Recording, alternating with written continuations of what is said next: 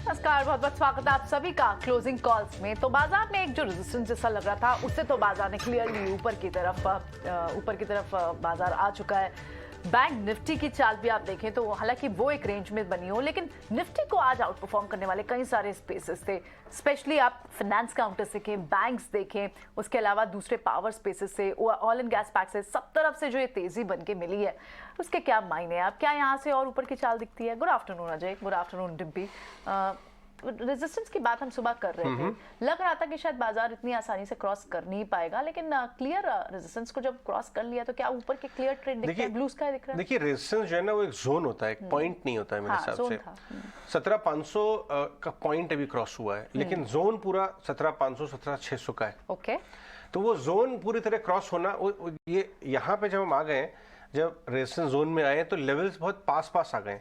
अभी 17,600 क्रॉस होता है, फिर देखते हैं। okay. लेकिन अभी बाय ऑन डिप्स का माहौल बन रहा है। पहले 15-20 मिनट के अंदर ट्रेड के आपको हल्की सी नरमी दिखाई दी थी, लोगों लॉग इन की, उस नरमी में घुसे आप। ये देखिए, बैंक निफ्टी भी 150 पॉइंट गेन में नीचे के भाव पे लोगों ने एंट्री की है, और यही होना भी चाहिए इस समय। पुल बैक्स पे आप लें, फ्रेश चेज मत करें बाजार को। आप फ्रेश पोजीशन बनाएं तो पुल बैक में बनाएं। अगर आप होल्ड कर रहे हैं लॉन्ग अपनी, तो स्टॉप लॉस लगा के होल्ड जारी रखें। लेकिन कुछ सारी चीजें हुई हैं बाजार में जिसकी वजह से माहौल सुधरा हुआ है। एक तो ग्लोबल मार्केट बहुत सपोर्टिव है, जिसके बारे में हमने बात की। Q4 बिजनेस के अपडेट्स बहुत ही शानदार आ रहे हैं, उससे माहौल ओवरऑल माहौल सुधर रहा है। लोगों को लग रहा था कि शायद बहुत ज़्यादा अर्निंग्स खराब आएंगी, लेकिन जो अर्ली इंडिकेशन आना शुरू हुए Q4 के, उससे ऐसा तो नहीं लग रहा। आगे और बढ़ेंगे, मालूम चलेगा कि कितना क्वार्टर कैसा हुआ है। उसके अलावा आप देखिए, RBI की पॉलिसी कल आने वाली है। उम्मीद ये है कि एक 25 बेसिस पॉइंट का हाइक आएगा, फिर पॉज हो जाएगा। इसलिए बाजार ये बात मान के उम्मीद लेके इस पॉलिसी में जा रहा है, तो अच्छी उम्मीद लेके, डविश कमेंट्री की उम्मीद लेके जा रहा है, इसलिए भी थोड़ी आपको तेजी नजर आ रही है। ये भी मत भूलिए कि एडवांस डिक्लाइन ये बता रहा है कि mid cap small cap stocks के अंदर वैल्यू बाइंग शुरू हो गई है। तो ये देखा जाए तो ये शॉर्ट कवरिंग रैली है, लेकिन अब इसके अंदर फ्रेश मनी भी आ रहा है। आप देख रहे होंगे कि FIs की सेलिंग कम हुई है, 3-4 दिन से सेलिंग कम हुई है। तो ये सारी चीजें एक माहौल बना के चल रही हैं बाजार का। कोई रीजन नहीं है बड़ा। अगर आप बहुत शॉर्ट के बहुत ज़्यादा इच्छा अगर आपकी कर रही हो, तो ये सारी चीज़ों का ध्यान रख के आप शॉर्ट करें, क्योंकि आपको शॉर्ट MTM लॉस में थोड़ा वेट करना पड़ सकता है। मोमेंटम अभी तेजी का हो गया है, तो हो सकता है कि आपका मूड करे या शॉर्ट करें, बाजार और ऊपर चला जाए। तो देख के फेज आउट करके अपने शॉर्ट पोजीशन बनाए, अगर आप शॉर्ट के आपको पसंद आता है। अदरवाइज तो आप लॉन्ग को राइड करिए। हमारे साथ एक वैल्यू इन्वेस्टर जुड़ रहे हैं आज, क्योंकि वैल्यू इन्वेस्टर्स के लिए लास्ट 1.5-पौने 2 साल बड़े ट्रिकी रहे, क्योंकि वैल्यू समझ के कोई चीज़ खरीदी, वो उसमें और वैल्यू बन गई 10-20% की। तो वैल्यू इन्वेस्टर की जो है ताकत जो है और उनकी पेशेंस काफ़ी टेस्ट हुई है। हमारे साथ आशीष किला है, वो रिसर्च ओरिएंटेड है बहुत ज़्यादा, और परफेक्ट ग्रुप के CIO हैं और वैल्यू इन्वेस्टर हैं। लेकिन क्या उनकी पेशेंस, वैल्यू इन्वेस्टर्स की पेशेंस अब बाजार जो है उनको रिवॉर्ड करेगा आगे आने वाले, क्योंकि फ्रॉड गायब हो चुका है, नॉन सीरियस इन्वेस्टर्स अच्छे नामों से भी चले गए। तो आगे 1.5-2 साल जो समझ में आ रहा है, जिन्होंने अपनी पोजीशन डर के काटी नहीं और अच्छे स्टॉक डिस्काउंट में बटोरे और अपने पोर्टफोलियो का हिस्सा बनाया, क्या उनके लिए समय ठीक आ सकता है? आशीष, गुड आफ्टरनून, बहुत बहुत शुक्रिया हमसे आज बात करने के लिए। अभी आप बताइए, जो value part of the market है उसमें सारा फ्रॉड हट गया है आपके हिसाब से, या अभी बाकी है? Good afternoon Ajay ji, and good afternoon Priyanka, and thank you इटिना स्वदेश। हम लोग CB रजिस्टर्ड एनालिस्ट नहीं है, जस्ट एजुकेशन एडवाइस। और फ्रॉड के लिए आज आप ये मानिए कि काफी पॉकेट्स में काफी अच्छा correction mid cap small cap में आया है, एंड काफी पॉकेट्स इंटरेस्टिंग लग रहे हैं। ओवरऑल देखिए, आजकल मार्केट ऐसा नहीं हुआ कि किसी भी चीज में आप ब्लाइंडली बाय कर लीजिए। ऐसे मौके तो कभी कभी कोविड में आते हैं, या कभी कभी 2008 की क्राइसिस में आते हैं, जब कुछ भी बाय कर लीजिए। स्टॉक स्पेसिफिक, सेक्टर स्पेसिफिक अभी भी अच्छी चीजें निकल रही है। मतलब ठीक है, फेयर पॉइंट। ये बताइए आशीष, आप जो है मैन्युफैक्चरिंग स्पेस को क्यों पसंद कर रहे हैं इतना? आप काफी ऑन ग्राउंड भी प्लांट विजिट्स करते हैं, बिजनेस हाउस को करीब से देखते हैं, उसके बाद आप अपना स्टॉक पिकिंग करते हैं। तो मैन्युफैक्चरिंग स्पेस में आपने क्या काम किया, जरा ये बताएं। देखिए, मैन्युफैक्चरिंग में आज इंडिया को रियलाइज भी हो गया है under the current government also, कि आप सिर्फ सर्विसेज के भरोसे अपन इकोनॉमी को आगे नहीं बढ़ा सकते। मैन्युफैक्चरिंग का स्ट्रॉन्ग बेस भी जरूरत है। ऊपर से आपको अपॉर्चुनिटी मिल रही है China+1 की, जहां पे आज world economy after the Covid crisis, after the supply issues in China, वो एक बैकअप रखना चाह रहे हैं। तो उस हिसाब से, और प्लस जो यूरोप में पावर के इश्यूज और चल रहे हैं चैलेंजेस, उस चक्कर में कॉस्ट ऑफ मैन्युफैक्चरिंग प्रोडक्शन वहां बहुत एक्सलेट कर गया है। तो ये दोनों तीनों चीजें देखते हुए प्लस सरकार का पीएलआई, तो ये सब चीजें आप जोड़ते हो तो आपको दिखता है कि मैन्युफैक्चरिंग स्पेशली एक्सपोर्ट्स के लिए बहुत अच्छा टेलविंड खुल गया है, और अपने इंफ्रास्ट्रक्चर भी जो इन्वेस्टमेंट्स हो रहे हैं वो बहुत अच्छे ग्रो कर रहे हैं। ये हो गया आपका सेक्टर का ओवरऑल।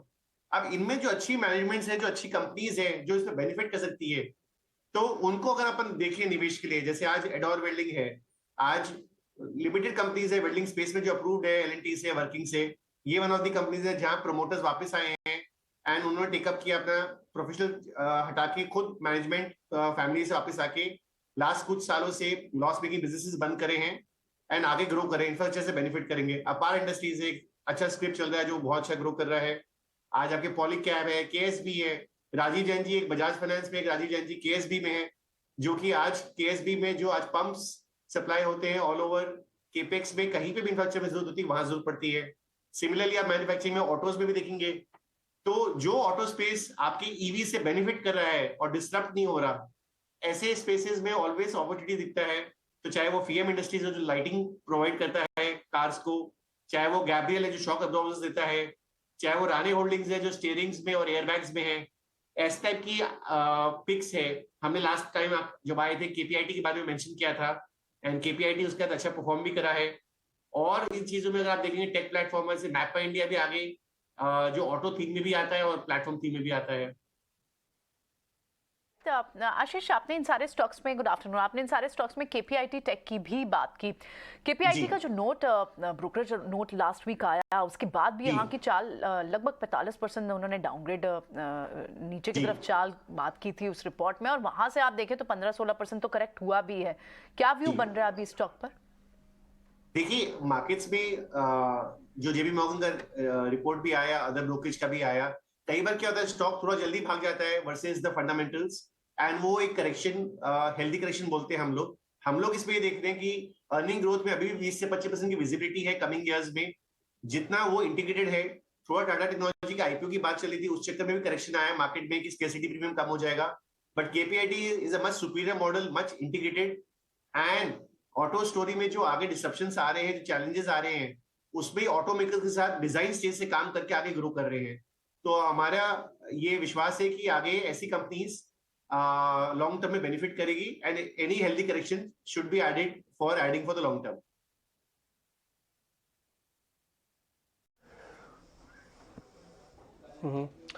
आशीष, अभी मैं ये देख रहा था कि आप किस पे बुलिश है, तो उसमें एक नाम लिखा हुआ था कि प्लेटफॉर्म स्टॉक्स पे आप बुलिश है।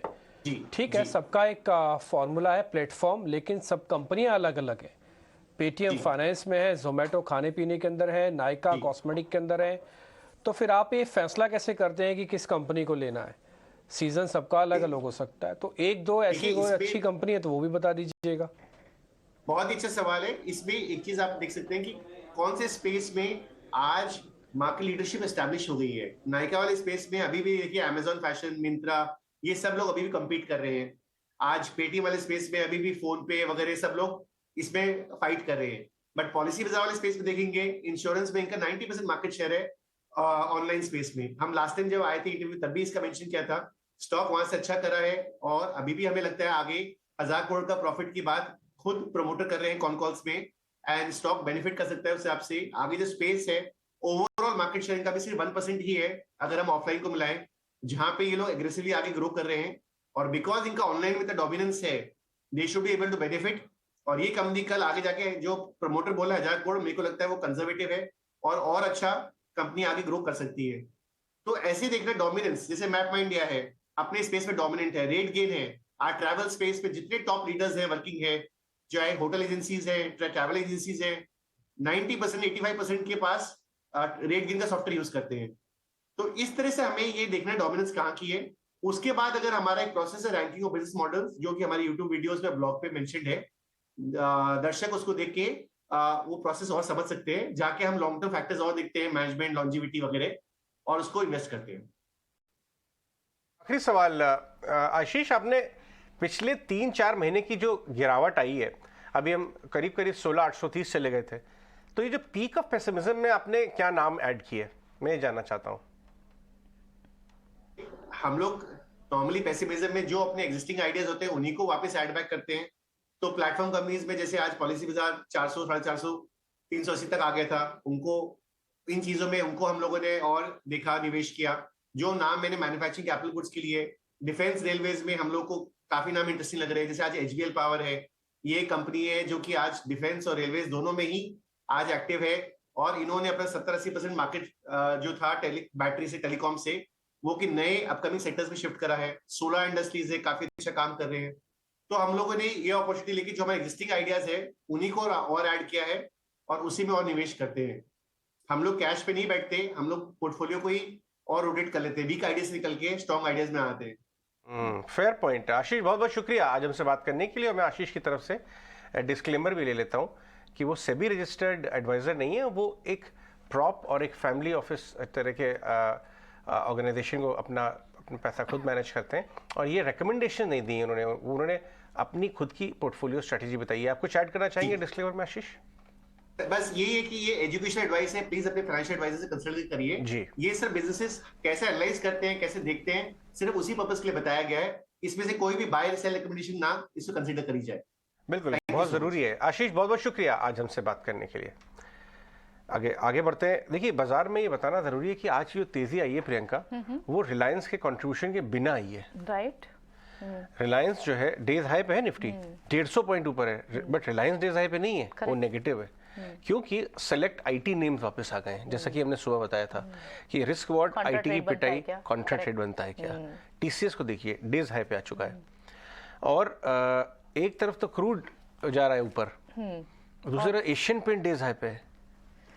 ओके, देख रही हैं आप? और एशियन पेंट की चाल आप देखें ना, तो जब क्रूड नीचे था तब भी टूट रहा था। वहां एक ब्रोकरेज रिपोर्ट का जो डैमेज आया था वो कवर अप नहीं, कंपैरेटिव लैंडस्केप। ये देखिए एशियन पेंट, तो कुछ ऐसे सेलेक्ट स्टॉक हैं जो बहुत बढ़िया आज रिवर्स चाल दे रहे हैं, काउंटर चाल, जैसे Asian paint, TCS, oil marketing also index, वो ऑयल मार्केटिंग क्रूड के ऊपर जाने के साथ बढ़ रहा है। आप समझ रही हैं? तो जरूरी नहीं है ये फॉर्मूला लगा के आपने शॉर्ट कर दिया, लॉन्ग कर दिया। ध्यान लगाइए और आप उस हिसाब से काम करिए। लेकिन हमारे साथ सुदीप शाह है, और कौन है हमारे साथ? हमारे साथ शिल्पा रावत है। शिल्पा रावत जी बहुत दिनों बाद आई हैं। शिल्पा जी एंड सुदीप, आप दोनों का नमस्कार। शिल्पा जी के साथ शुरुआत करते हैं। शिल्पा जी, ये बताइए, बाजार में आप लॉन्ग हैं, शॉर्ट हैं, किस लेवल्स पे काम कर रही हैं, आपका पोजीशनिंग क्या है अभी? जी, गुड आफ्टरनून एवरीवन। लॉन्ग ही है हम लोग। एक्चुअली अपना हम लोग का जो टारगेट्स है, we have projected to 17,700 in futures. Almost we are there. तो यहाँ पे एक पॉज हो सकता है, बट द ऑप्शन चेन अगर हम लोग स्टडी करेंगे तो वी आर सीइंग दैट 17,500, 17,400, अभी 17,600 के जोन्स में भी अच्छा खासा पुट फाइटिंग होना चालू हुआ है, which means that you know the support base has shifted north. और यहाँ से अभी हम लोग फर्स्ट टारगेट्स ऑफ 17,700 और वो सस्टेन होता है तो 17,950 टू 18,000 जोन्स वेरी लाइकली। ठीक है, तो ये तो बाजार पर एक नजरिया शिल्पा का रहा। सुदीप का भी नजरिया समझ लेते हैं। सुदीप, रेजिस्टेंस जोन में बाजार अब भी है, और ऐसे में क्या करेंगे आप? वॉच करेंगे एक बार रेजिस्टेंस को क्रॉस कर ले, या फिर आपको अब भी क्लियर लॉन्ग ट्रेड्स दिखते हैं? Good afternoon Priyanka ji. ये क्या हो रहा है मार्केट में? पिछले 2-3 दिन से हमने देखा है कि ये 17,100 वाला जो गैप अप ओपनिंग हुआ था फ्राइडे 31 मार्च को, उसके बाद ये तीन दिन हम ये देख रहे हैं कि हायर टॉप हायर बॉटम तो बन रहा है। और आज जो वॉल्यूम बेस्ड मूव हम देख रहे हैं, और नॉन रिलायंस, जैसे अजय जी ने शो के स्टार्टिंग में ही वो बताया कि रिलायंस के बिना ये रैली हो रही है, और उसी के बिना हम ये देख रहे हैं कि 200 DMA को भी मार्केट क्रॉस करके हम सस्टेन कर रहे हैं। तो यदि हम अगर ये 17,480, 17,450 स्पॉट के ऊपर आज क्लोज दे देते हैं अगले 40-45 मिनट में, तो मुझे लग रहा है एक मूव आ सकता है 17,700, 17,730 स्पॉट लेवल्स तक।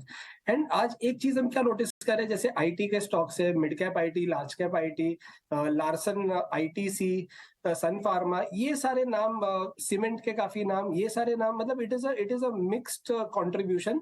And along with that HDFC twins. तो डिस्पाइट रिलायंस नॉट मूविंग, और जो बजाज ट्विंस है वो भी थोड़े ऊपरी स्तरों से सेलिंग प्रेशर आ रहा है, उसके बिना भी अगर मार्केट में अगर ये मोमेंट, तो मुझे लग रहा है कि अगले कुछ दिन का टेक्सचर बेटर रहेगा, और हमें बाय ऑन डिप्स करना चाहिए, ना कि स्टॉक्स को या इंडाइसेस को चेस करके करें। छोटे छोटे डिप्स आएंगे बीच में, और उन्हीं डिप्स को हमें बाय करना है। मतलब चेस करेंगे तो हम क्या होगा, रिस्क रिवॉर्ड रेशियो थोड़ा डिस्टॉर्ट हो जाएगा। तो डिप्स पे बाय करना है स्टॉक्स, अच्छे स्टॉक्स, ये रैली को प्ले आउट करने के लिए।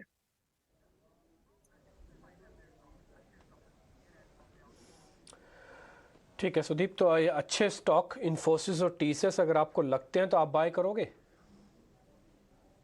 मैं इन्फोसिस और अगर टीसीएस में अगर मुझे दो स्टॉक्स में से चूज करना है तो मैं टीसीएस को करूंगा, बिकॉज जो हिसाब से स्टॉक के पैटर्न बने मुझे लग रहा है टीसीएस का पैटर्न थोड़ा बेटर है। और टीसीएस में बीच में 20 मार्च से लेके 29 मार्च के बीच में जो एक कंसोलिडेशन हुआ था 3150 के बीच में, स्टॉक ने परसों उसी के ऊपर एक ब्रेकआउट दिया है। उसके साथ साथ 13 डे एक्सपोनेंशियल मूविंग एवरेज के ऊपर क्रॉस दिया था परसों, और ये पिछले 3 दिन स्टॉक ये 13 डे एक्सपोनेंशियल मूविंग एवरेज के ऊपर सस्टेन कर रहा है। और आज जो मूव दिया है आईटी ने, खास करके टीसीएस को भी मैं बाय करना चाहूंगा। और मिड कैप आईटी में जैसे एलटीआई माइंट्री है, कोफोर्ज है, यहाँ पे भी एक अच्छा मोमेंटम बन रहा है। तो मुझे ऑल इन ऑल मुझे लग रहा है कि आईटी में अगले वीक से जो रिजल्ट्स आ रहे हैं उसके पहले का ये एक मूव है। और स्पेसिफिकली अगर हम टीसीएस के लेवल्स की बात करें तो 3210 का एक सपोर्ट है, और इसी के स्टॉप लॉस से मुझे लग रहा है डिप्स पे बाय करना चाहिए। एंड 3280 एंड 3310 के टारगेट्स के लिए मुझे लग रहा है इसमें हम बाय कर सकते हैं।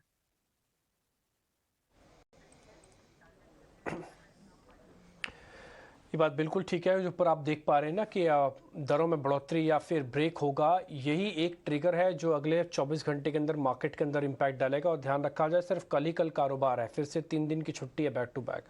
तो मार्केट के पास ये जो शिफ्ट ऑफ अ स्टांस है कि धीरे धीरे करके बैंकिंग से निकलो और आईटी के अंदर पैसा डालो, ये बहुत ही खूबसूरती तरीके से हो रहा है। उसका कुल मिला के बेनिफिशियरी निफ्टी ज़्यादा है, जो अपनी स्क्रीन पर आप देख पा रहे हैं। मैं 2 पॉइंट और दिखाता हूँ।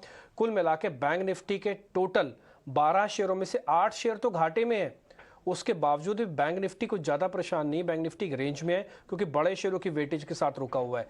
आईटी डेज लो हाई पे आ गया, इसने इंडेक्स को तेज कर दिया। एक और पॉइंट, जब भी आप इवेंट से पहले जाए विक्स भी जरूर चेक कर ले। वॉलेटिलिटी इंडेक्स आज सुबह करीब 2% ऊपर था जब मैंने आपको नोटिस कराया था, अभी बकायदा 1% नीचे है इंडिया विक्स। अगर आप दिखाएंगे इवेंट से पहले फियर जो है मार्केट के अंदर कम है, क्योंकि ज़्यादातर बड़ा खेमा मार्केट का समझता है कि 0.25% यानी कि 25 बिप्स का एक बढ़ोतरी हो सकती है। मार्केट के अंदर डिस्काउंटिंग होने की एक प्रोसेस भर हो रही है, जो भाई आप अपनी स्क्रीन पर देख पा रहे हैं। इसी बड़े शेयर्स की कैटेगरी में फिर बैंक पर ज़्यादा फोकस ही करें। आईसीआईसीआई बैंक, शिल्पा एक बार आपके रिकमेंडेशन। आज एक रिपोर्ट भी आई है सिटी की, आईसीआईसीआई बैंक को रख लें।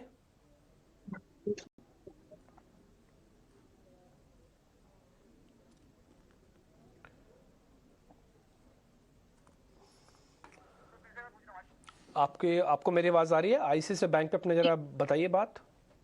जी, आईसीआईसीआई बैंक की अगर हम बात करेंगे तो आईसीआईसीआई बैंक काफी दिनों के बाद दिस क्लस्टर ऑफ 875 880 इसने सस्टेन किया है क्रॉस करके।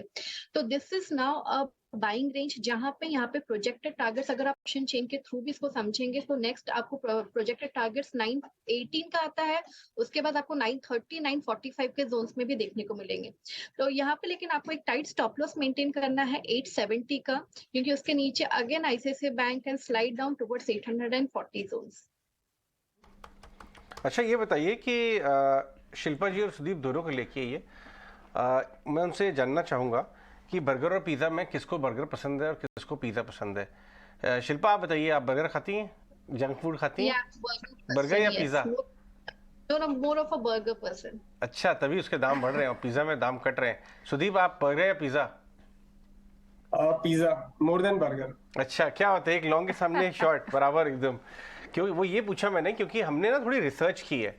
एक तरफ तो बर्गर के प्राइसेस बढ़ते चले जा रहे हैं, लेकिन पिज़्ज़ा के प्राइसेस में ना बड़ी कंपटीशन बढ़ती जा रही है।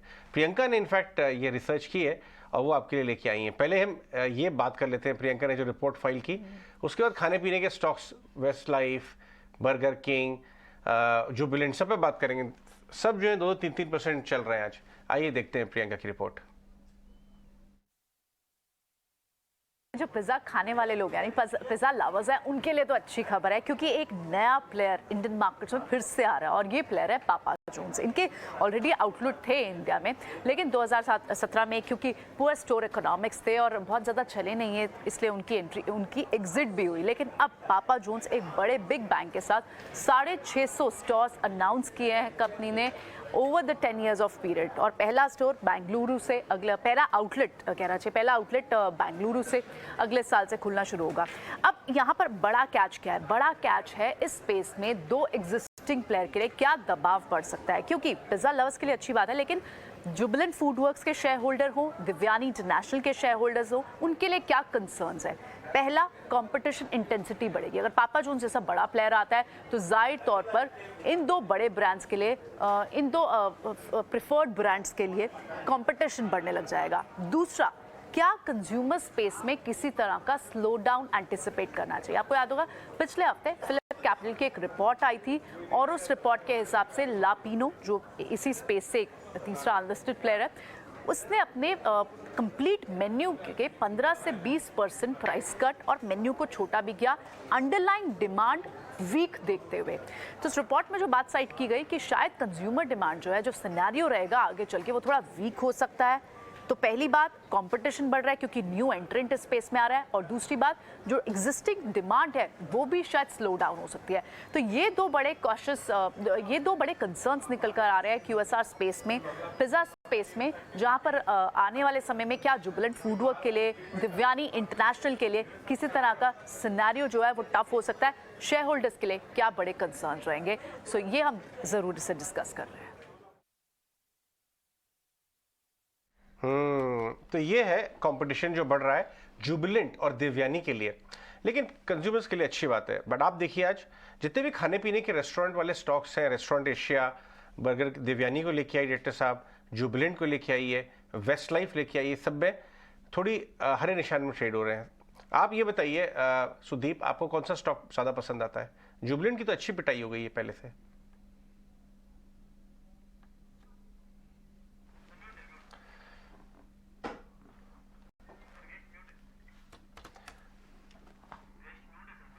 ओके, जरा अनम्यूट तो करिए अपने आप को सुदीप। सॉरी। तो ये सारे चार्ट्स, जैसे हम रेस्टोरेंट ब्रांड्स की बात कर रहे हैं, वेस्ट लाइफ डेवलपमेंट की बात कर रहे हैं, या फिर जुबिलेंट फूड्स की बात कर रहे हैं, इसमें सबसे बढ़िया चार्ट मुझे लग रहा है कि वेस्ट लाइफ डेवलपमेंट का है।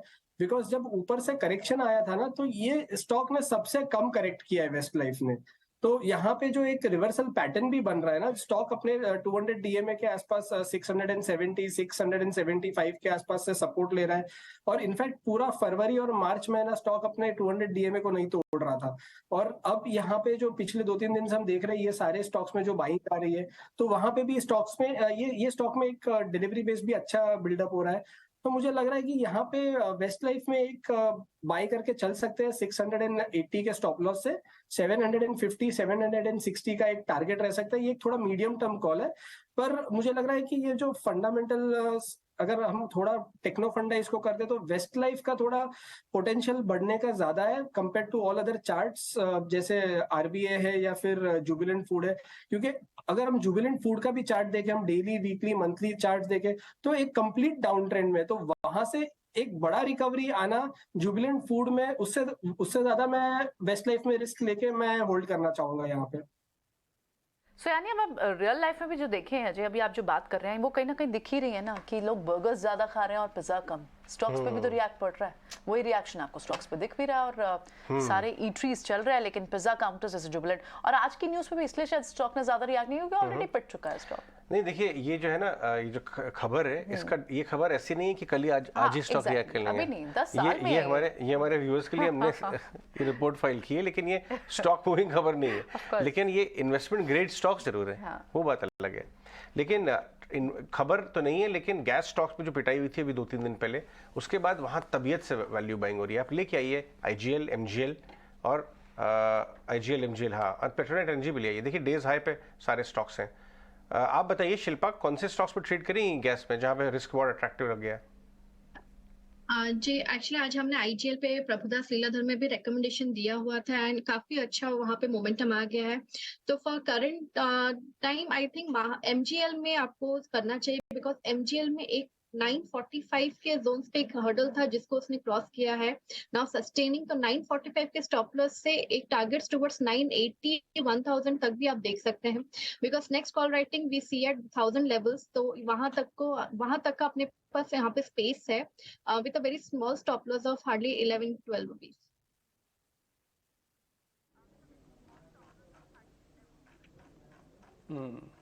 कुछ स्टॉक्स और भी हैं ऐसे मार्केट के अंदर जहाँ पे रुक रुक के बाइंग आ रही है। जैसे आज सुबह हमने कोल इंडिया आपको बताया, ग्लेनमार्क था, लॉरस लैब भी उसमें से एक है। लॉरस लैब में पोजीशनिंग काफ़ी अच्छी से बन रही है। एक बार सुदीप आप चेक करेंगे लॉरस लैब को। मैं इन्वेस्टर के तौर पर लॉरस लैब के अंदर आना चाहता हूँ और इसको थोड़ा रखूँगा। हाँ, हो सकता है इस पूरे कैलेंडर ईयर भी रख लूँ। तो क्या ठीक है इस समय पे एंट्री करना?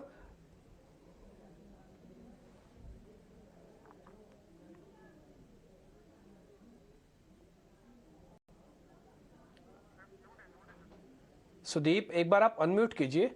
आप अनम्यूट करके ही रखिए। आसपास के जो लोग हैं उनको बता दीजिएगा शोर मत मचाइए, तो आपकी आवाज आती रहेगी हमारे पास। ठीक है ठीक है। हाँ, डिम्पी जी, जो लॉरस लैब्स का चार्ट है, अगर हम इन्वेस्टर हो या ट्रेडर हो, बट जो हिसाब से स्टीप करेक्शन स्टॉक में आया है ना, तो जो चार्ट पैटर्न है, daily, weekly, monthly, even yearly जो पैटर्न है, तो यहाँ पे मुझे लग रहा है कि एक बहुत ज्यादा धुलाई हो चुकी है ये स्टॉक की। पर मैं एक रिवर्सल पर्सपेक्टिव से, अगर इवन इफ मैं इन्वेस्टर हूं, तो मैं एक बार ये 320 के ऊपर स्टॉक को सस्टेन होते हुए देखना चाहूंगा कुछ हफ्तों के लिए, फिर ही मैं इसमें इन्वेस्ट करूंगा। बिकॉज जब तक ये 320 का एक रेजिस्टेंस है, जहां तक अगर वो क्रॉस नहीं हो पाता है, जो कि एक बेसिक 50 डे मूविंग एवरेज है, अगर वो भी क्रॉस नहीं हो पाएगा, तो मुझे लग रहा है ये फिर से स्टॉक 260 270 की तरफ फिसल जाएगा। क्योंकि आखिरी बार स्टॉक ने जब ये 50 डीए में तोड़ा था, वो 19 सितंबर 2022 था और 533 का लेवल था। उसके बाद एक बार भी स्टॉक अपने जो 50 डे मूविंग एवरेज है उसके ऊपर क्रॉस नहीं कर पाया है। तो मैं एक बार वेट एंड वॉच करूंगा, 320 322 के लेवल के ऊपर स्टॉक एक बार सस्टेन करें, फिर मैं यहाँ पे एक बार पोजिशनल में delivery based long term short term कोई भी पर्सपेक्टिव से मैं यहाँ पे बाइंग का सुझाव दे सकता हूँ। बट उसके पहले मुझे लग रहा है हमें रुकना चाहिए। ठीक है, ऑलराइट, ये तो स्टॉक रहा लॉरस लैब। लेकिन अब अगर आप निफ्टी के कई सारे स्पेसेस की बात करें, एफआईज की सेलिंग की बात करें, FY 23 में रिटर्न की बात करें, लेकिन एक स्पेस है जो क्लियरली आउट परफॉर्म कर रहा है, वो चाहे कैपिटल गुड्स का हो या डिफेंस कैपिटल गुड्स का हो, उसमें लगातार मूव है। आज भी आप इसके बिगीज को देखें, LNT को देखें, लगभग 4% की मूव है और इंफ्रा स्पेस में अच्छी खासी ऑर्डर बुक रही है। लगातार ऑर्डर विंस के चलते इन सारे स्टॉक्स में एक्शन देखने को मिला है। LNT में भी आज दिन भर में खूब मौका मिला। जब ये खुला तो हार्डली आधे % की तेजी के साथ था। आज 4% की ये मूव, शिल्पा कितनी स्ट्रेंथ अब भी दिखती है? क्या यहाँ से भी इसमें एंट्री पॉइंट ढूंढने चाहिए? जी प्रियंका, अभी यहाँ पे फ्रेश एंट्री नहीं करना चाहिए, बिकॉज यहाँ पे आपको रेजिस्टेंस अराउंड 2280 2300 जोन्स पे मिलेगा। तो फ्रेश एंट्री अभी नहीं है। अगर ये 2300 जोन्स क्रॉस करके डिसाइसिवली सस्टेन करता है, देन एक प्रोजेक्टेड टारगेट्स टुवर्ड्स 2420 2460 तक आता है। Otherwise wait and watch on decline till 2180 में आपको मिले तो आप बाय कर सकते हैं for again a good up.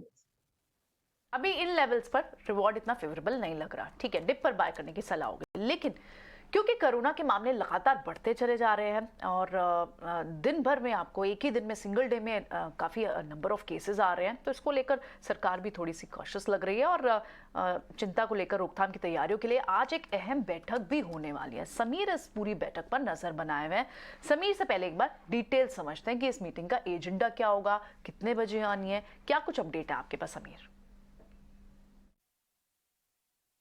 देश में कोविड के मामले बढ़ते जा रहे हैं और जिस तेजी से ये कोविड केसेस बढ़ रहे हैं उसने सरकार को चिंता में डाल रखा है। पिछले 24 घंटे में 4000 से ज़्यादा कोविड केसेस देश भर में दर्ज किए गए हैं। 4435 कोविड केसेस देश भर में दर्ज हुए हैं और अगर पॉजिटिविटी दर की बात करें तो डेली पॉजिटिविटी दर इस वक्त 3% का आंकड़े को पार कर गया है। करीब 3.5% ये आंकड़ा दर्ज किया गया है, जबकि वीकली पॉजिटिविटी रेट जो है वो 2.79% पहुँच गया है। पूरे देश भर में इस वक्त टोटल कोविड एक्टिव केसेस की संख्या 23,000 के आंकड़े को पार कर गई है। यही वजह है कि सरकार चिंतित नजर आ रही है और जिस तेजी से कोविड केसेस बढ़ते जा रहे हैं इसका अंदाजा आप सिर्फ इस बात से लगाए कि इसके पहले जो है यानी कि कल से पहले जो 24 घंटे थे उसमें 3038 कोविड मामले दर्ज किए गए थे और अगर अभी लेटेस्ट फिगर आप देखें 4435 कोविड केसेस का, तो ये पिछले करीब 6 महीने में अब तक का सबसे ज़्यादा एक दर्ज किया गया आंकड़ा है जो तेज़ी से बढ़ रहा है। यही वजह है कि इन तमाम चिंताओं के बीच में कोविड एम्पावर्ड ग्रुप की आज एक अहम बैठक शाम 4:30 बजे होने जा रही है। सूत्रों की माने तो ये कोविड एम्पावर्ड ग्रुप कोविड की मौजूदा देश भर में क्या स्थिति है इसकी समीक्षा करेगी। वैक्सीन कवरेज का क्या आंकड़ा है वो उसको समीक्षा करा जाएगा और साथ ही साथ जिन जिलों में जिन राज्यों में कोविड केसेस लगातार बढ़ रहे हैं वहाँ कोविड को लेकर के और क्या कुछ प्रभावी नीति या कदम उठाए जा सकते हैं इस पर भी चर्चा की जाएगी। ओके, ठीक है समीर, इंतजार रहेगा आपसे अपडेट का। इस पूरी बैठक पर आप नजर बनाए रखें। वापस लौटते हैं, कुछ स्टॉक्स को भी डिस्कस करते हैं। आज सुबह आई थिंक हम आईटीसी को भी डिस्कस कर रहे थे अजय, यहाँ पर भी अच्छी खासी मूव है, 1.25% की। राइट, आप ये बात तो सही है कि सिर्फ रिलायंस अकेला नहीं है, बहुत सारी स्मॉल पॉकेट्स हैं जो आज कंट्रीब्यूट कर रही है निफ्टी को ऊपर लाने। नहीं, रिलायंस तो कर ही नहीं रहा है। रिलायंस के बिना इंडेक्स ऊपर है, क्योंकि आईटीसी, एलएनटी, आईटी वापस आ गया।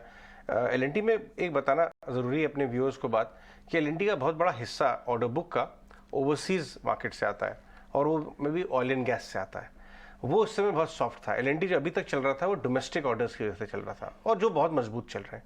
अगर इनका ये वाला इंजन भी फायर करने लगा जो overseas order, specially energy, oil and gas से, तो इसके अंदर डबल इंजन नहीं है, 4 इंजन का एयरक्राफ्ट बन जाएगा, सीधे 2600 पे रुकेगा जाके। और ये बता दूं, एक और भी तो कंपोनेंट हो सकता है इसमें, आईटी का भी कारोबार है।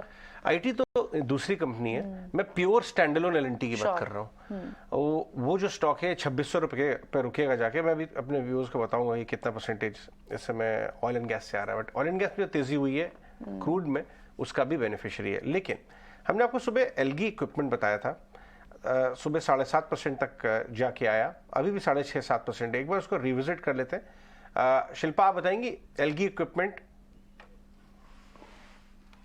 Sorry, it's not in FNO. हाँ, अच्छा, ओके, आप केवल एफएनओ स्टॉक्स ट्रैक करती हैं, नो प्रॉब्लम। हम सुदीप से जान लेते हैं। सुदीप, एलगी इक्विपमेंट को जरा चेक करके बताएंगे।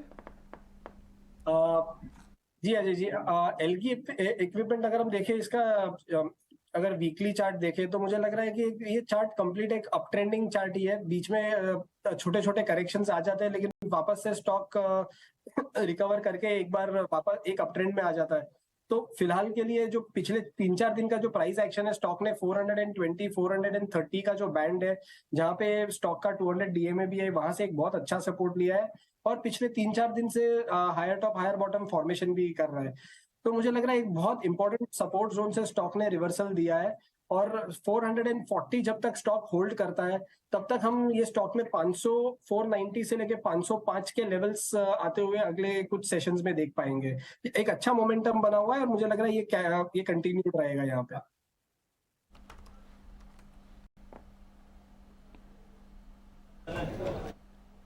ये बात ठीक है कि आज आईटी और कुछ हद तक एफएमसीजी और साथ ही एचडीएफसी के ट्विंस का कॉम्बो ने आज बाजार की हेल्प की है और रिलायंस तो बकायदा इस समय निफ्टी को 7 पॉइंट का लॉस तक दे रहा है। खैर, आगे बढ़ते हैं। इसी सेगमेंट के अंदर आपको हम ये भी बताते हैं कि खबर कौन सी गर्म है, डीलिंग रूम के बीच में कौन से शेयर्स में चर्चा हो रही है, उस सभी को समेट के लेके आते हैं मेरी सहयोगी शरद। तो आज कौन कौन से शेयर्स हैं जो आपके पास हैं? जी बिल्कुल, हमारी जो है डीलर्स के साथ जो है बातचीत हो रही है और ये मार्केट में गपशप में जो है सबसे पहला स्टॉक आ रहा है हमारे रडार में डिक्सन टेक, और यहाँ पे जो है एचएनआई बाइंग देखने मिल रही है, ये डीलर्स का मानना है। और ऑफ कोर्स जो है मैक्रो फैक्टर्स देखें तो भारत की जो मैन्युफैक्चरिंग पीएमआई इंडेक्स है वो भी 3 मंथ हाई पे आ गई हैं और एक स्ट्रॉन्ग ऑर्डर इनफ्लो एक्सपेक्टेड भी है, स्पेशली जो आप कह सकते हैं वेरिएबल्स और हेड गैस सेगमेंट में। ये एक इंपॉर्टेंट डेवलपिंग स्टोरी है। स्टॉक में भी देखें तो फरवरी लो से जो है स्टॉक ऑलमोस्ट 11% का जो इजाफा दे दिया है, लेकिन ऑफकोर्स 2022 में स्ट्रॉन्ग करेक्शन ज़रूर देखने मिले थे, वैल्यूएशन करेक्शंस हुए थे, लेकिन इस स्टॉक पे ज़रूर आप फोकस रखिएगा। दूसरा स्टॉक फोकस में रहेगा लुमैक्स ऑटोटेक। हालांकि मार्केट कैप तो इसका लगभग 2000 करोड़ का, लेकिन यहाँ पे एक्शन देखने मिल सकता है। कंपनी को रिपीट ऑर्डर आ सकती है लाइटिंग सेगमेंट में और एक फॉरेन क्लाइंट जो ये ऑर्डर ले सकता है। ये ऑर्डर एक्सपेक्टेड है कि ये मीडियम साइज का रहेगा और आगे जाते हुए देखा जाए तो जो वॉल्यूम्स है वो भी पिछले 2 दिन में अच्छी पिकअप देखने मिली है और स्टॉक में आप देख सकते हैं कि ऑलमोस्ट 10% का जो है ग्रोथ आया है पिछले 3 सेशंस में। तो ये 2 स्टॉक्स आपके रडार में होने चाहिए। सबसे पहला रहेगा डिक्सन टेक और दूसरा रहेगा लुमैक्स ऑटोटेक।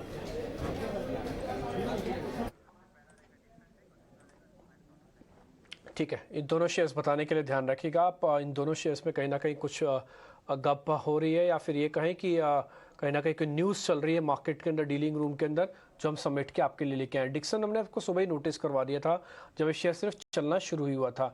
दूसरा शेयर लिस्ट में आया है वो है ल्यूमिक्स ऑटो का शेयर ऑटोटेक का, ल्यूमेक्स टेक के नाम से इसका कोड है। इसको एक रिपीट ऑर्डर आ सकता है। खबर तो ये है कि शायद 70 करोड़ के आसपास का ये ऑर्डर होगा। ऑर्डर्स का साइज छोटा है बट वैसे इंपॉर्टेंस रखते हैं लाइट सेगमेंट पे। एक बार चेक करेंगे आप सुदीप, कैश के शेयर है ल्यूमेक्स ऑटोटेक, वॉल्यूम बहुत जोरदार है इसका। आज 4 लाख शेयरों का वॉल्यूम है, एवरेज वॉल्यूम रहता है इसका 31,000।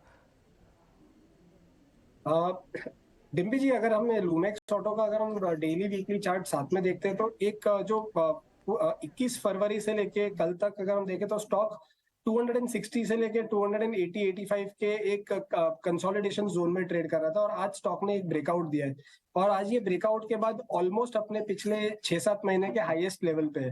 तो जो पैटर्न बन रहा है जो डेली और वीकली के हिसाब से मुझे लग रहा है बहुत बढ़िया पैटर्न है और अच्छा मोमेंटम इसमें रहेगा और 285 के स्टॉप लॉस से हम इसको 310 के टारगेट के लिए हम बाय कर सकते हैं। 285 will be the short term stop loss.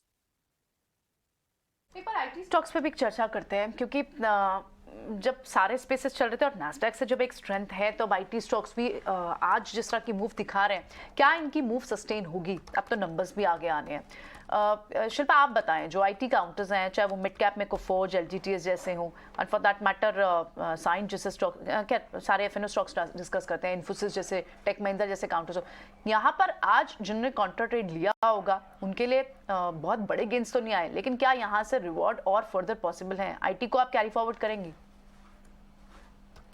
जी, यहाँ पे अगर देखेंगे हम लोग भी सुबह से बहुत सारे आईटी स्क्रिप्ट्स में आज रिकमेंडेशन दे रहे हैं, लेकिन काफी सारे स्क्रिप्ट्स ऑलरेडी एक मूवमेंट दे चुके हैं। जो अभी तक नहीं दिया हुआ है वो है नौकरी। आप नौकरी में देखेंगे तो 3700 जोन्स पे इसका एक अच्छा खासा सपोर्ट बिल्टअप है and this should be the stop loss. आप एक 3680 का स्टॉप लॉस मेंटेन कीजिए। नौकरी अभी यहाँ से आपको 3850, 3900 या प्रोबेबली एक 4000 जोन्स का भी आपको एक टारगेट आप देख सकते हैं।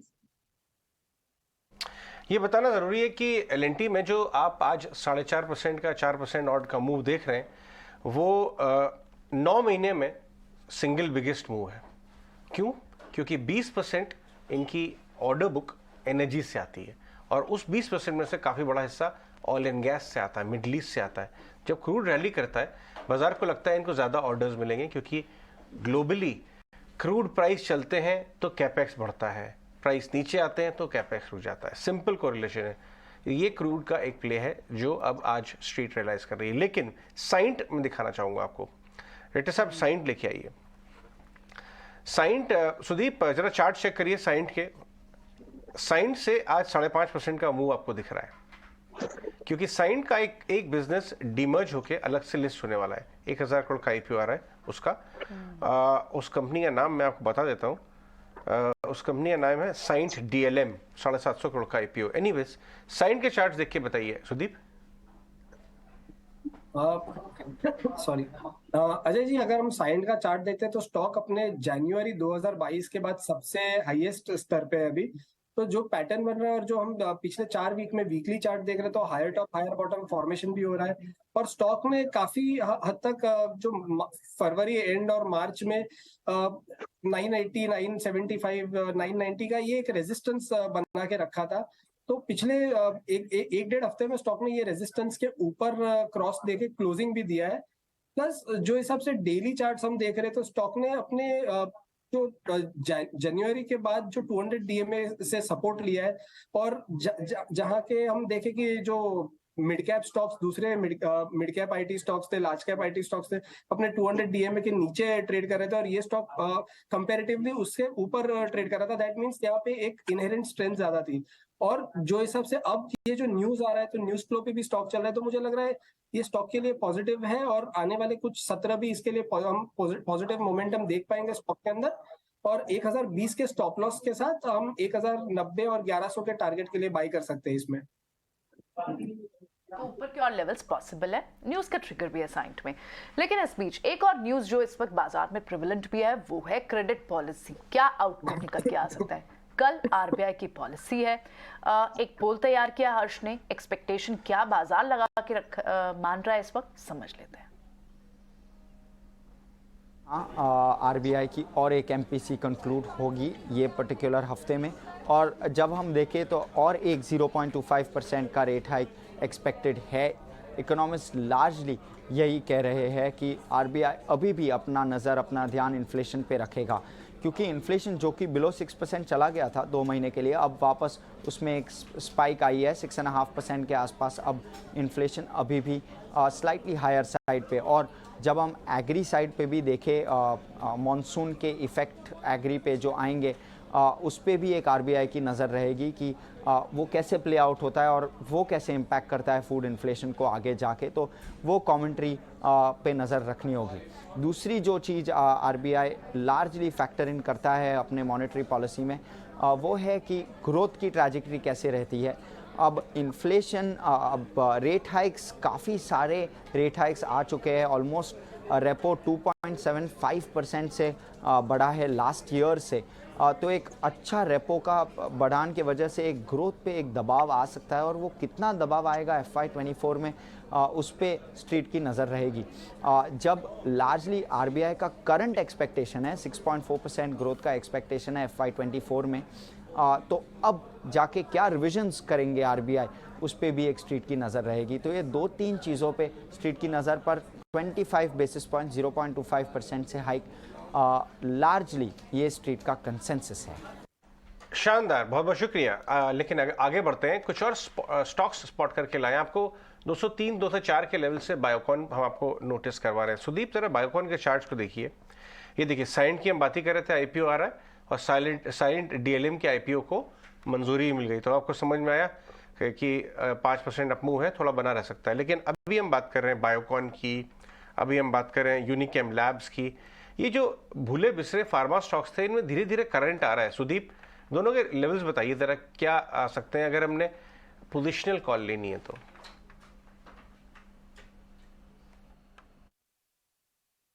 दीजिएगा, लेकिन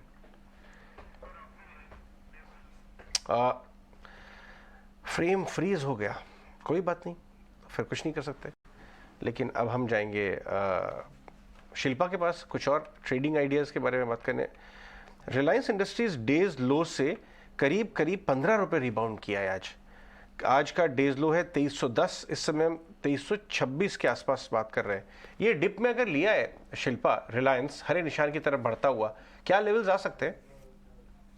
जी, रिलायंस अगर 2280 ऑन लॉन्गर टाइम फ्रेम में अगर इसको मेंटेन करता है तो टारगेट्स टुवर्ड्स 2380, 2425 और थोड़ा पोजिशनल टुवर्ड्स 2460 भी वेरी लाइकली अचीवेबल है। ऑफ कोर्स पोजिशनल टारगेट्स हैं, बट रिस्क रिवॉर्ड अगेन बहुत फेवरेबल है। अभी भी आप यहाँ पे फ्रेश ट्रेड ले सकते हैं। 2280 एक आपका टाइट स्टॉप लॉस।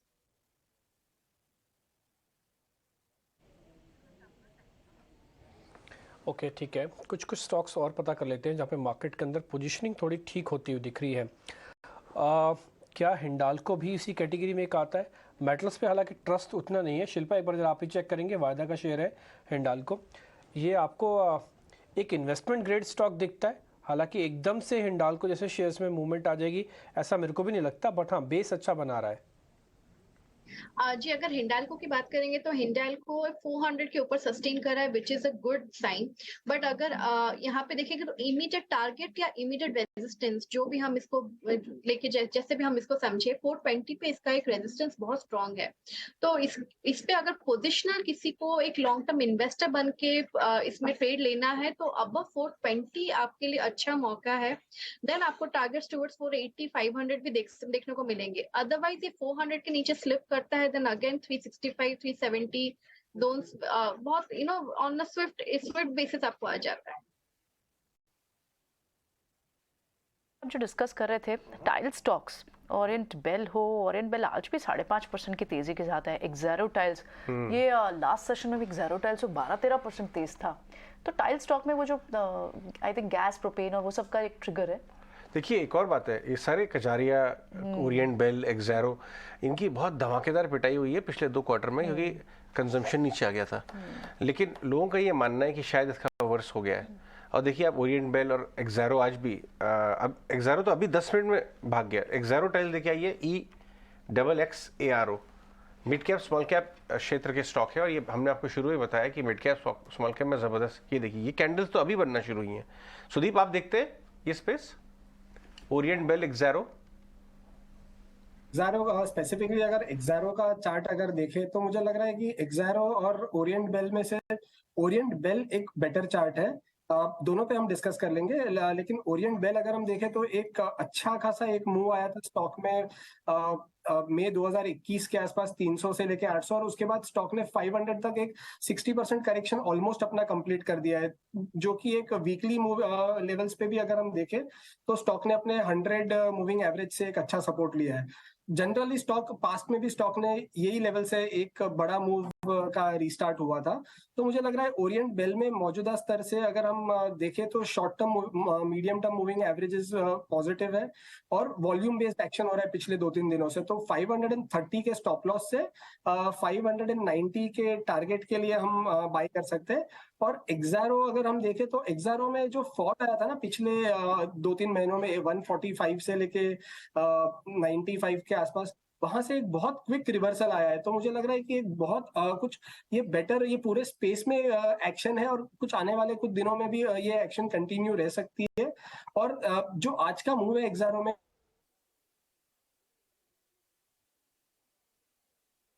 इससे स्टॉक ने फिर से अपने 200 डीएमए के ऊपर आके स्टॉप लॉस से एक्सट्रीम शॉर्ट टर्म ट्रेड अगर हम चाहे तो 112 के स्टॉप लॉस से हम 122 के टारगेट के लिए हम बाय कर सकते हैं एक्सारो। एंड दोनों चार्ट्स बेटर है वो हिसाब से। दोनों चार्ट्स आपको पसंद आते हैं, आप इन लेवल्स पर भी यानी ये मूव के बाद भी बाय करेंगे क्योंकि मोमेंटम अब भी स्ट्रॉन्ग दिख रहा है चार्ट्स पर। ठीक है, कुछ और स्टॉक्स जो अब चलिए अब कुछ बीटीएससी ट्रेड्स ले लेते हैं। शिल्पा, यहाँ से अब कैरी फॉरवर्ड ट्रेड्स क्या होंगे? क्या इंटरेस्ट रेट सेंसिटिव स्पेस को आप कैरी फॉरवर्ड करेंगे? बैंक्स हो, रियल एस्टेट हो, एनबीएफसीज हो?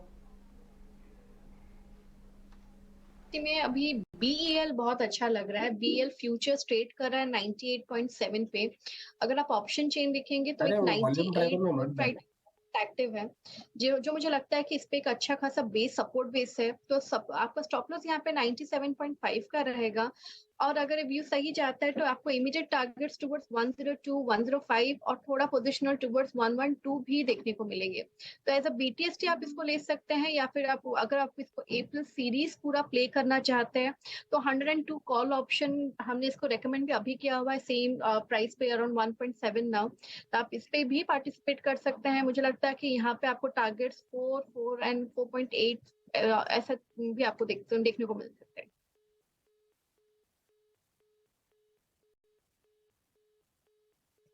शुगर काउंटर्स को हम देखें तो क्योंकि यहाँ पर ग्लोबल प्राइसेस एक नई ऊंचाई पर है शुगर के, और जिसके चलते हम देख रहे हैं कि सारे शुगर काउंटर्स पिछले हफ्ते से ही चल रहे हैं।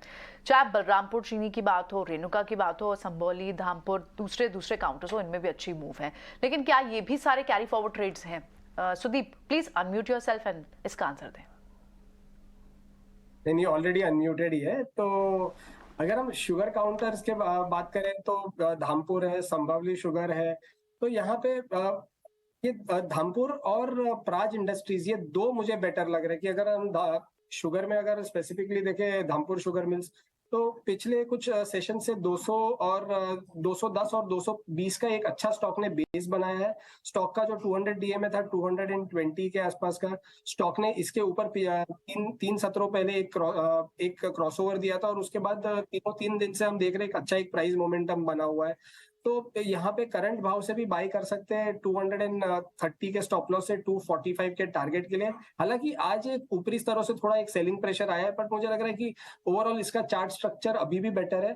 और अगर हम दूसरा स्टॉक देखें यही स्पेस में शुगर में, तो प्राज इंडस्ट्रीज है। तो प्राज इंडस्ट्रीज में भी एक अच्छे खासे डाउन ट्रेंड के बाद हम देख रहे हैं कि स्टॉक में एक अच्छा रिवर्सल आया है, और स्टॉक अपने 13 डे एक्सपोनेंशियल मूविंग एवरेज के ऊपर फिर से सस्टेन हो रहा है, और जो कि 332, 334 के लेवल्स के आसपास है। तो मुझे लग रहा है कोई भी डिप में हम बाई कर सकते हैं, और एक अच्छा मोमेंटम ये शुगर स्टॉक्स में फिर से हम आते हुए देखेंगे। तो 365 से 370 कंजर्वेटिव टारगेट्स होंगे प्राज इंडस्ट्रीज के लिए।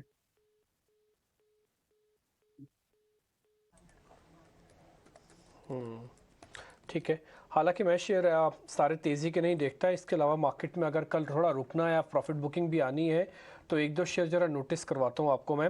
आप अशोक लीलैंड का शेयर देखिए, आज सिर्फ आज में एक बार ज़रा इंट्राडे का चार्ट दिखाइए अशोक लीलैंड का, आपको क्लियर हो जाएगा ये शेयर कैसे आज तेज़ी से टूटा। सुबह मैनेजमेंट भी हमारे साथ थी और उसके बाद से इस शेयर के अंदर तेज़ गिरावट है। अभी ये करीब 4.5% की गिरावट के साथ ऑलमोस्ट डेज लो पे आके कामकाज कर रहा है। शिल्पा, इसके अंदर जो डैमेज है वो इसके प्रीवियस लो के भी नीचे है और वॉल्यूम के साथ टूटा है ये। अगर इसको जल्दी सपोर्ट नहीं मिला तो ये प्रॉब्लम बढ़ सकती है और ये कहीं 120 तक ना चला जाए। एक बार आप इसको चेक करें तो आपने एकदम सही लेवल पे इसको भी आइडेंटिफाई किया था। अशोक लेलैंड का एक basic resistance is always at few levels. एक होता है 140 से 142 के बीच में, एंड उसके ऊपर भी अगर कभी ये स्टॉक ट्रेड करता है तो 150 इज अ वेरी डिसाइसिव, इसका रेजिस्टेंस बहुत स्ट्रॉन्ग सेलिंग प्रेशर वहां पे आता है। तो अभी जब ये 141 से अभी जो स्लाइड आया है टुवर्ड्स 135 जोन, अगर यहाँ पे 133 135 के बीच में इसको सपोर्ट नहीं आता है, then immediate targets downside में आपको 128, 122 एंड देन 118 तक भी आपको देखने को मिलेंगे।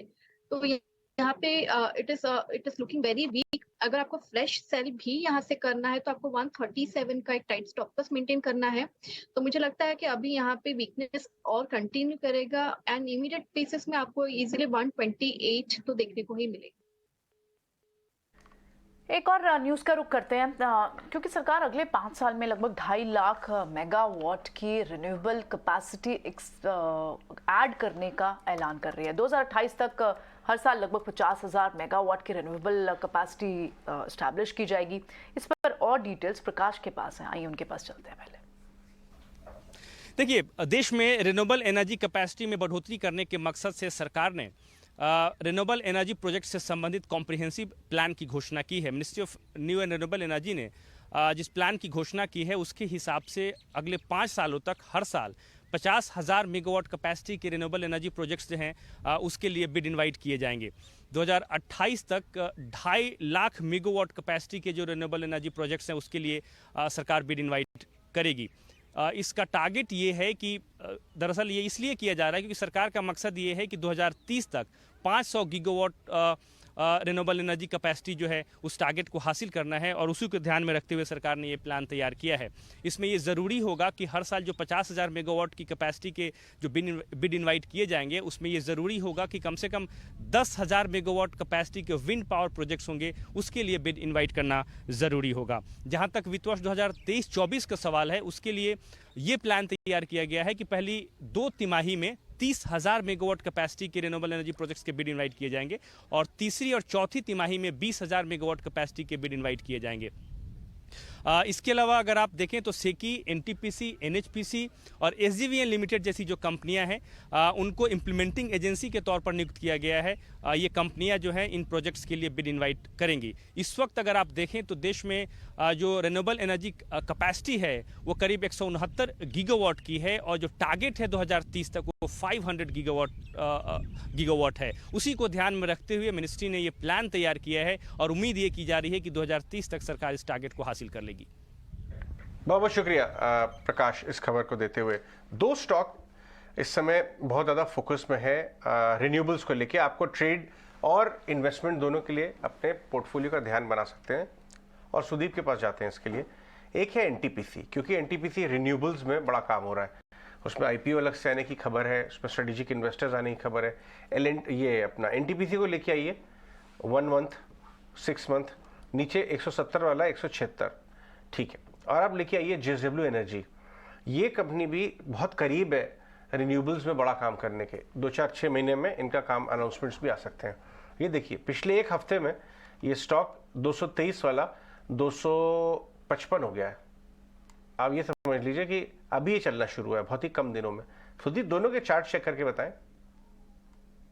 अजय जी, अगर हम दोनों के चार्ट साइमल्टेनियसली चेक करें तो मेरे हिसाब से एनटीपीसी एक बहुत बढ़िया बेट है और थोड़ा सेफ स्टॉक है। बीइंग हाईएस्ट वेट जो हम सीपीएसई इंडेक्स में सबसे हाईएस्ट वेट एनटीपीसी का है और हम देख रहे हैं कि सीपीएसई स्टॉक्स में भी एक अच्छा मोमेंटम बना हुआ है पिछले 2-3 महीनों से। तो मुझे लग रहा है अगर दोनों में से अगर आप मुझे चूज करने बोले कि कौन से स्टॉक को हम शॉर्ट टर्म, मीडियम टर्म के हिसाब से पोर्टफोलियो में भी रख सकते हैं और हम इत्मीनान से रह सकते सकते हैं तो मुझे लग रहा है वो एनटीपीसी है।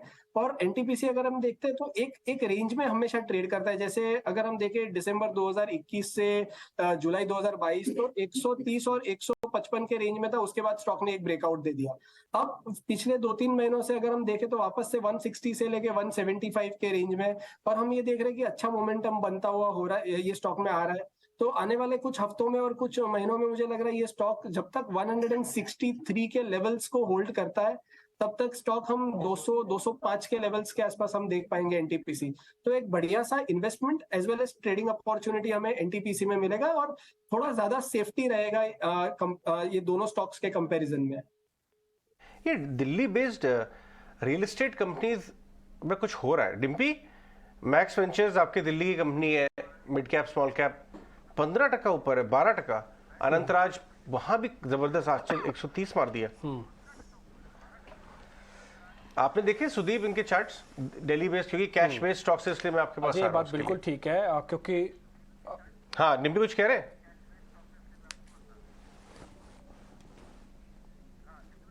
हाँ, मैं ये कह रहा था कि इसके अंदर अगर आप देखेंगे ना तो इन्वेंट्री करीब अब 1 से 1.5 साल की रह गई है। पहले इन्वेंट्री 7 साल की हुआ करती थी। एक छोटा सा एग्जांपल मैं आपको बताऊं कि इसका जो दिल्ली एनसीआर का एक्सपेंशन हुआ उसमें डीएलएफ ने कुछ दिन पहले 7 करोड़ के टिकट साइज का एक प्लॉट निकाला। आप यकीन नहीं मानेंगे, वो सिर्फ 24 घंटे के अंदर बिक गया। ऑफिस को बंद करना पड़ा, इतनी भीड़ हो गई थी लोग लेके आने के लिए। ऑफिस को कुछ देर के लिए बंद करना पड़ा, लाइन लगानी पड़ी, उसके बाद जाके वो 7 करोड़ के टिकट साइज के प्लॉट्स बेचे गए। तो जो डिमांड है, आप रियल एस्टेट कंपनीज के भाव को भूलिए, रियल एस्टेट का जो असली मजा आपको ग्राउंड पे इस समय दिख रहा है, और वो आपको मतलब ऐतिहासिक है। हमने अगर आप 20 साल से कोई रियल एस्टेट को अगर बचपन से ही देखने लग जाएगा ना तो उसको दिखेगा ये वन ऑफ द वो गोल्डन एरा है जिसको अभी रियल एस्टेट एंजॉय करता हुआ दिख रहा है।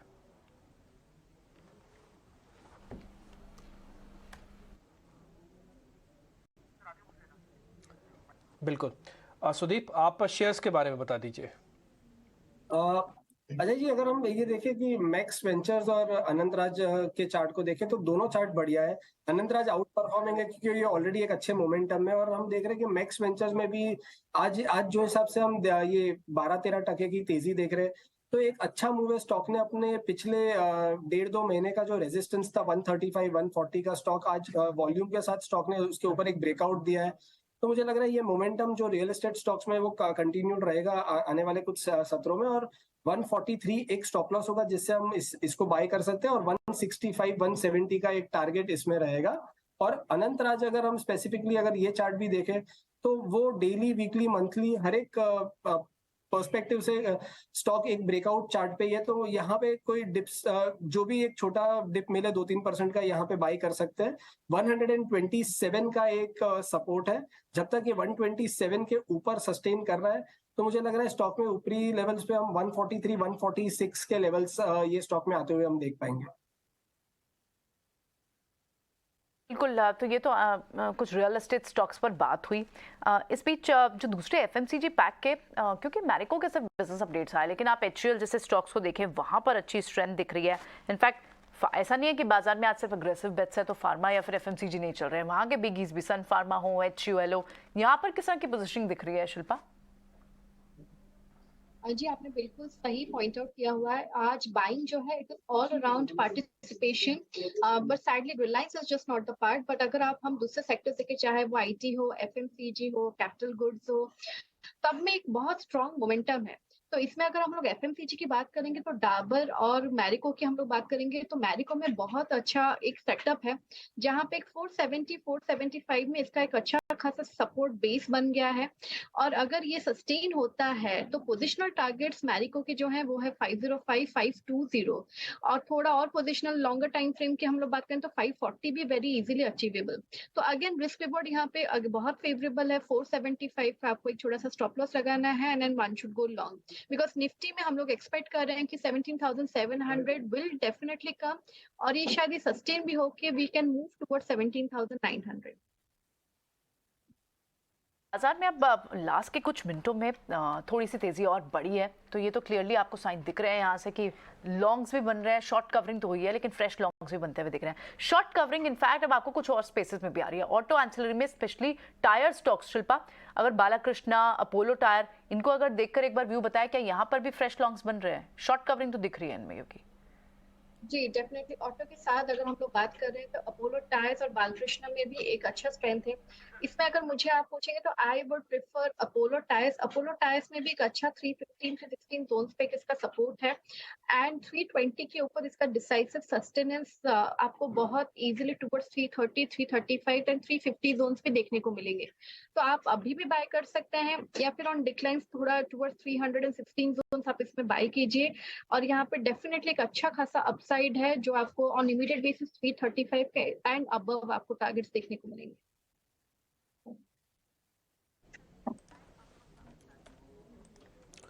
ओके ठीक है, मार्केट आज की जो क्लोजिंग है वैसे तो ठीक है, लेकिन कल इवेंट है और कल का ही डे सिर्फ ट्रेडिंग का है और कल फिर डेरिवेटिव एक्सपायरी है वीकली बेसिस पर, तो 2-4 इवेंट थोड़े क्लब हो जाएंगे। 10 बजे के आसपास अनाउंसमेंट होगी तो आप देखेंगे 10 बजे का मार्केट तो सिर्फ ग्लोबल या फिर ओपनिंग के हिसाब से चलेगा। 10 बजे का बाजार बैंकिंग स्पेसिफिक, खासकर बैंकिंग पे ध्यान दीजिएगा, उसके अंदर शॉर्ट कवरिंग स्पीड से कवर हो रही है। एक काम आप कर सकते हैं, एक मिनट F&O की एक प्लेट दिखा सकते हैं बैंक निफ्टी की, तो मैं आपको उसमें फ़र्क बता देता हूँ। निफ्टी के अंदर तो खरीदारी हुई, बैंक निफ्टी के अंदर अभी भी शॉर्ट्स को कवर किया जा रहा है। पिछले 3 दिन से अच्छे खासे शॉर्ट्स कवर हुए हैं। कल हुआ था 21%, आज हो गए 7-8%, करीब 30% शॉर्ट्स कवर हो चुके हैं टोटल ओआई में से। जब शुरुआत हुई थी तो करीब 1.5 लाख का ओआई था, अब ये घटकर करीब 1 लाख के आसपास का रह गया। अब आप देख रहे होंगे अपनी स्क्रीन पर -16% का ओपन इंटरेस्ट घट गया है और एक कल 21% था, यानी कि 35% ऑलरेडी शॉर्ट सिस्टम से बाहर जा चुके हैं। अब बाजार अपने नए रूप, नए क्लेवर में आएगा पॉलिसी के बाद, या तो कमजोर होगा यानी कि शॉर्ट कवरिंग कंप्लीट करके वापस नीचे आएगा, नहीं तो फिर जो खरीदारी आ रही है ना, ये इसको किसी भी लेवल यानी कि 42,000 तक भी ले जाने की कैपेसिटी रखती है, क्योंकि फिर सेकंड राउंड ऑफ शॉर्ट्स वाले वो डरना शुरू करेंगे।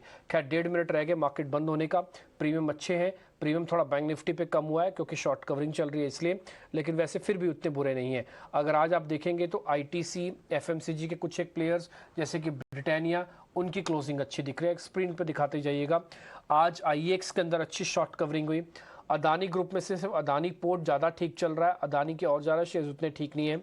बजाज के दोनों ट्विंस और HDFC के दोनों ट्विंस ने आज शुरुआत में मोर्चा संभाल लिया था, उन्होंने मार्केट की काफ़ी हेल्प की। आज जो एक्स्ट्राऑर्डिनरी हेल्प बाजार की या फिर ये कहें कि 17,500 के ऊपर लेके आने में और टिकाने में जो हेल्प की, उसमें 2 बड़े कंटेंडर हैं। फर्स्ट है इन्फोसिस, दूसरा है TCS। इन दोनों ने काफ़ी मार्केट की हेल्प की है। हालांकि आज बाजार उतना अच्छा नहीं, रिलायंस उतना अच्छा नहीं रहा, रिलायंस ने आज मार्केट की कोई खास बड़ी हेल्प नहीं की, उल्टा 10 पॉइंट तो वो लेके भी चला गया। एडवांस डिक्लाइन अपनी आप स्क्रीन पर देख पा रहे होंगे, ये 15/5 है, यानी कि हर 3 शेयर के मुकाबले 1 शेयर कमजोर है। मार्केट के अंदर डाउन द इवेंट लाइन, मतलब अच्छा स्ट्रेंथ है और ये इवेंट से पहले है, अच्छी बात है इवेंट से पहले है। दूसरी बात है इंडिया विक्स, अगर आप वॉलेटिलिटी इंडेक्स भी आप देखेंगे तो वो भी स्लाइड किया है, हालांकि वो इतना ज़्यादा गिर नहीं सकता क्योंकि उसकी वैल्यू कम हो गई, अब 12.5 का रह गया। ये फिसल क्या है करीब 15.5-16 से, अब आप देख रहे होंगे आज करीब 2% और विक्स कम हुआ है। ये हो सकता है कल इसी रेंज में रहे, कल के इवेंट के बाद वॉलेटिलिटी इंडेक्स काफ़ी हद तक डिसाइड करेगा कि मार्केट के अंदर फियर बढ़ रहा है या फियर कम हो रहा है बाजार के अंदर। एक और चीज़ है, थोड़ा बहुत संभल कर आपको ट्रेड करना चाहिए अभी भी ऑयल मार्केटिंग या ऑयल वाली कंपनीज में, क्योंकि वहाँ पे उतार चढ़ाव काफ़ी तेज़ी से ऊपर नीचे हो रहा है। एकाएक क्रूड के दाम बढ़े, लेकिन आज रेसिप्रोकल इफेक्ट आने की बजाय आज सिमिलर इफेक्ट आया। आज ऑयल मार्केटिंग कंपनीज चल गई, पेंट वाली चल गई, इंडिगो जैसा शेयर चल गया, हालांकि उसमें खबर भी थी ATF की, उसको अगर आप भूल भी दें तो उसके बावजूद भी इतना नहीं चलना था जितना आज इम्पैक्ट आया है। तो इसके लिए ज़रूरी नहीं है कि क्लासिकल थॉट जो चलता है मार्केट के अंदर चलेगा। जब बाजार में गिर रहा था तो सब कुछ टूट रहा था, अब चल रहा है और शॉर्ट कवरिंग आ रही तो ज़्यादातर चीज़ें पार्टिसिपेट भी कर रही हैं। 160 पॉइंट के साथ आज हमने निफ्टी की क्लोजिंग की है ऊपर और 17,550 के ऊपर है। ये जोन के हम आखिरी पड़ाव पर है, 16,600 मोटा मोटी आना था। अगर आप प्रीमियम जोड़ दोगे तो फ्यूचर्स के हिसाब से 17,600 तक आप आ चुके हो और निफ्टी बैंक 41,000 के ऊपर है। इसका प्रीमियम जोड़ेंगे तो 41,100 100 तक आप आ चुके हो, यानी कि जो 41,200 का रेजिस्टेंस है वो आपके सामने है। बहुत बहुत शुक्रिया सुदीप आपका आज कार्यक्रम में जुड़ने के लिए। शिल्पा आपका भी बहुत बहुत शुक्रिया, थैंक यू वेरी मच। आप दोनों का आज अपने समय दिया, अच्छा लगा आप दोनों से बातचीत करके। उम्मीद करते हैं जल्दी वापस मुलाकात होगी। फिलहाल मेरे को और प्रियंका को आप इजाज़त दे सकते हैं। नमस्कार।